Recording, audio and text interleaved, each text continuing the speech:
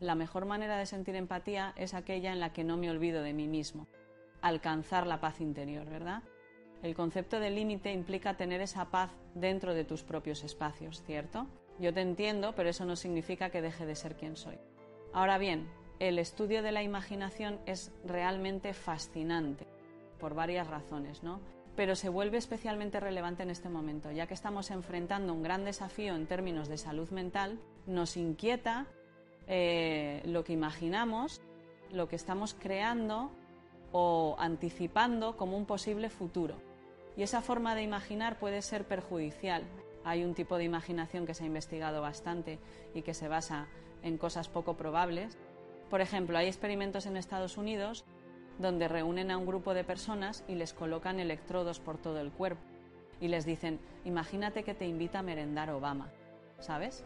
Y entonces la gente dice, oh, yo me lo puedo imaginar perfectamente ahí con los Obama charlando, ¿sabes? Pero ¿qué fue lo que observaron?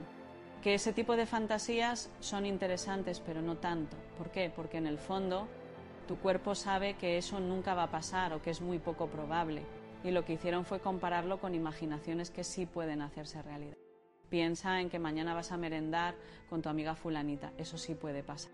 Y lo que descubrieron es realmente fascinante. Ya se conocían varios mecanismos del cerebro relacionados con la imaginación, tanto la que es probable como la que no lo es. Pero lo que se evidenció es que lo que realmente marca la diferencia entre creerte algo que puede suceder o no es la reacción del cerebro al latido del corazón. Cuando me imagino algo que es muy improbable, como estar aquí con los Obama pasándola genial, mi cuerpo empieza a latir de una manera muy rítmica, ¿entiendes? Visualiza que en este momento estás midiendo mi corazón y él está haciendo lo suyo.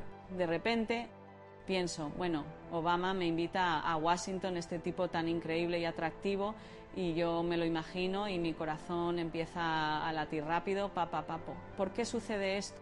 Porque ese latido tan marcado está enviando señales a mi cerebro, cambiando su estado.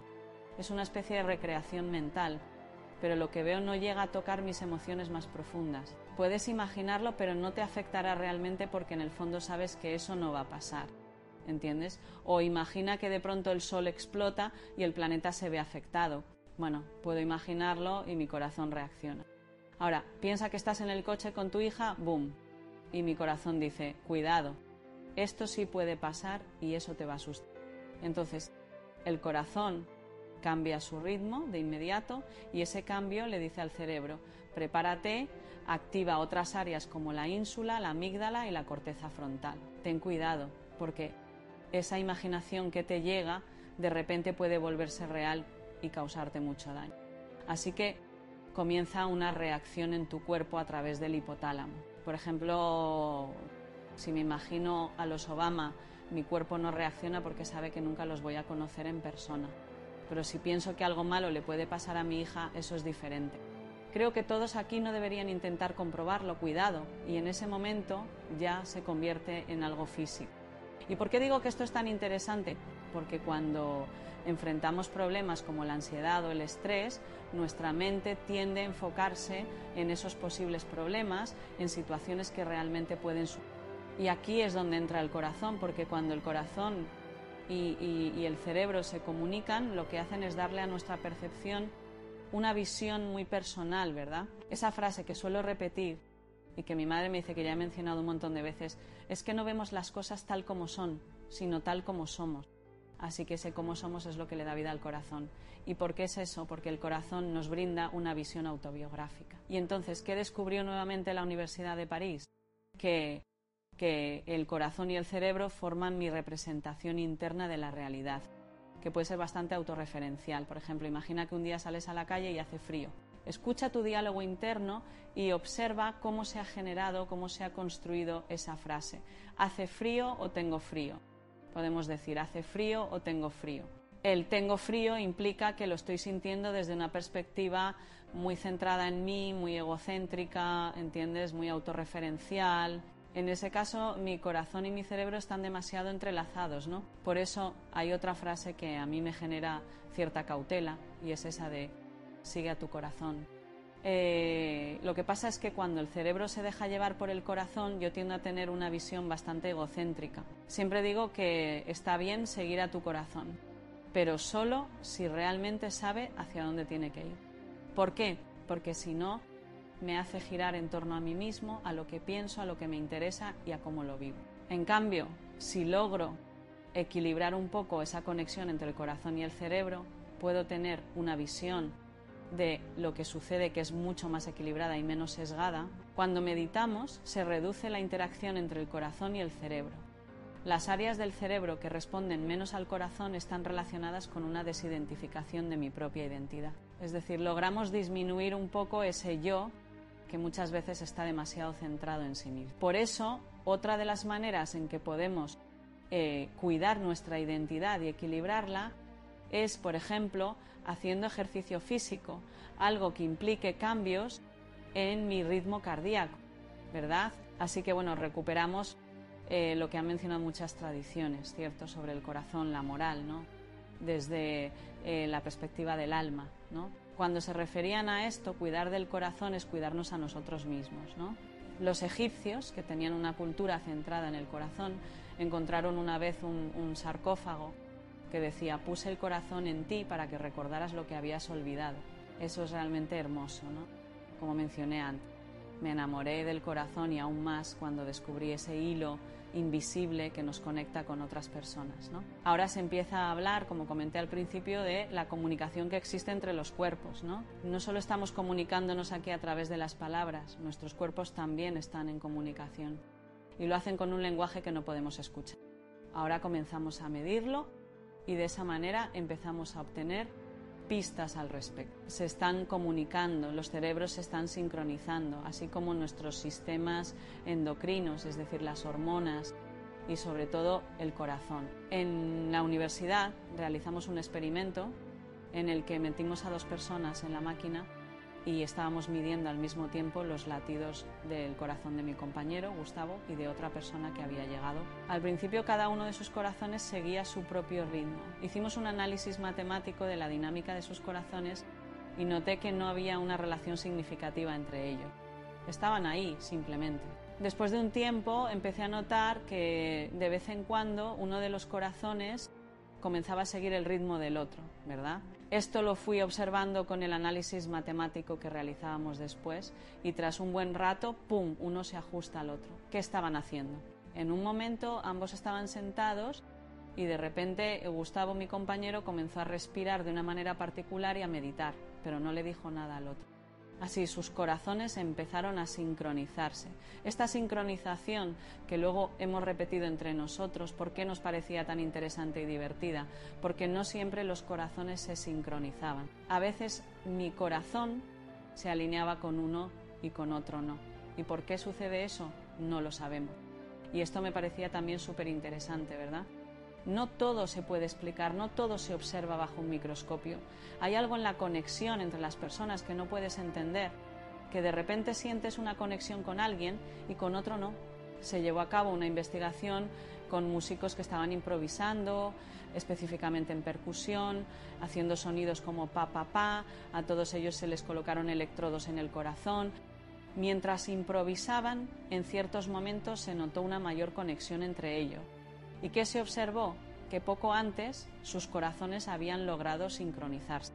En el ámbito de la sincronización cardíaca, la que ha sido más estudiada es la que ocurre entre las madres y sus hijos. Esto se realizó inicialmente en la Universidad de Nagoya, donde se descubrió que cuando una madre sostiene a su hijo, sus corazones se sincronizan. Se demostró que esta sincronización cardíaca incrementa el tono vagal del niño y favorece su neurodesarrollo. Se registraron cambios fisiológicos en diversas áreas.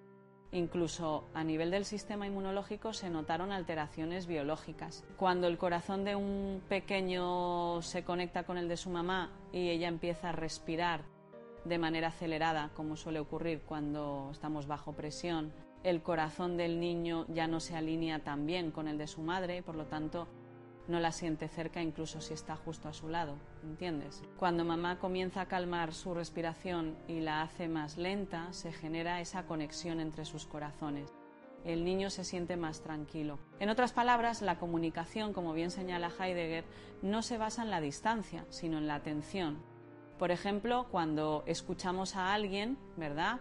Esa escucha activa no se trata solo de decir haz esto o haz aquello, sino que la otra persona tiene que sentir que su cuerpo está integrado con el mío. Yo realmente entiendo y escucho a la otra persona cuando mi corazón y mi mente están en sintonía con ella, y el otro también nota que su corazón y su mente han resonado en mí y se siente realmente escuchado. Entonces, ¿cómo podemos facilitar esa escucha en muchas ocasiones? Por ejemplo, al tocarnos. Esto es un estudio muy interesante, ¿verdad?, que se llevó a cabo entre Londres y la Universidad de Mallorca. Sabéis que cuando tocamos a alguien, yo digo, por ejemplo, que estoy así tocando y mantengo la mano quieta, imaginemos que estoy tocando a alguien, pues sin darme cuenta, o sea, es de manera inconsciente, mi mano de vez en cuando va a ejercer un poco más de presión. ¿Sabéis cuándo va a ejercer un poco más de presión? En el instante del latido del corazón. ¿Por qué? Porque en ese momento perdí un poco la conexión y para compensar mi mano se moverá y profundizará un poco más para seguir en sintonía con la otra persona. Así que cuando estamos tocando a alguien lo hacemos con el corazón. Una de las maneras más hermosas de sincronizar los corazones es a través de lo que se conoce como el anclaje de la mirada mirándonos a los ojos. Algo que, por ejemplo, todos tendemos a evitar cuando estamos muy nerviosos, ¿no? No sé si os ha pasado alguna vez, ¿verdad? ¿Qué le estás contando a alguien? ¿Sabes lo que me hizo? Y me dice, ¿cómo va el pájaro? Me ha comentado y evito mucho la mirada porque al mirar a los ojos de alguien es probable que te conectes con su corazón y eso me saca del mío, que en ese instante está girando a mi alrededor y me ha dicho que yo tengo la razón, que normalmente la tenemos, ¿no? Por eso evito mirar, porque lo que importa ahora es que yo esté en mi propio espacio. Esto, por ejemplo, ya lo conocen los terapeutas, ¿verdad? Pero mirar a los ojos cuando alguien nos cuenta algo, a nuestros hijos, no, mírame, escúchame con la mirada, ¿no? Eso es algo que dice mucho Álvaro Bilbao, escúchame con los ojos. Y ahí es donde se genera esa conexión de corazones. Esa conexión de corazones impacta en la corteza cingulada, una de las áreas del cerebro social que nos permite sentir empatía. Y entonces la pregunta que suele surgir es, ¿vale? Estoy prestando atención a alguien, realmente estoy ahí, escuchando con atención, estoy mirando a sus ojos. Incluso puedo llegar a tocar. Esto es algo que todos quisiéramos experimentar en algún momento, como en una terapia o en la consulta de un médico. Se trata de un aspecto que se enseña en el proceso de humanizar la medicina. Oye, mírame a los ojos y no a la pantalla. Pero ¿qué sucede con ese terapeuta o profesional de la salud que está constantemente expuesto al sufrimiento? ¿Cómo logra que su corazón asimile el dolor que va recibiendo uno tras otro? Entonces, ¿qué se ha notado? Que frente a ese sufrimiento, ¡pum!, creamos una especie de armadura. Fíjate, una armadura, ¿verdad?, en el corazón. Y así se genera una desconexión entre la mente y el cuerpo. Lo que me dice mi cuerpo, ahora tengo que separarme porque no puedo aguantar tanto dolor. Y entonces Stanford comenzó a desarrollar varios proyectos relacionados con esto, ¿no? Lo que se ha publicado en la revista Science es que la mejor manera de empatizar es aquella en la que no me olvido de mí mismo. O sea, cuando recibo a alguien que me está compartiendo sus experiencias, de repente mi cuerpo se convierte en el de esa persona y siento su dolor porque lo que le sucede a él me afecta, ya que lo he hecho parte de mí. En ese momento parece que yo desaparezco. Esto tiene una explicación neurobiológica, ya que se observa una inhibición de la ínsula, me he transformado en el otro, completamente absorbido. Por lo tanto, esto puede ser muy doloroso y al final del día resulta agotador. Ante esta situación me distancio. Entonces, ¿cómo puedo percibir al otro sin perder mi propia ínsula? Es decir, sigo siendo yo, ¿verdad? Me conecto contigo, pero no olvido que también estoy presente. Por ejemplo, respirando, ¿no? Desarrollando la conciencia corporal de aquel que tiene que enfrentarse a situaciones difíciles y en esa labor de servicio tan generosa que realizan, ¿no? O sea, lograr ese balance, ¿verdad?, entre un yo que no sea exagerado, pero también un respeto, ¿cierto?, hacia la propia identidad. Hallar la tranquilidad interna. La idea de límite implica tener calma dentro de tus propias fronteras. No, te entiendo, pero sigo siendo yo.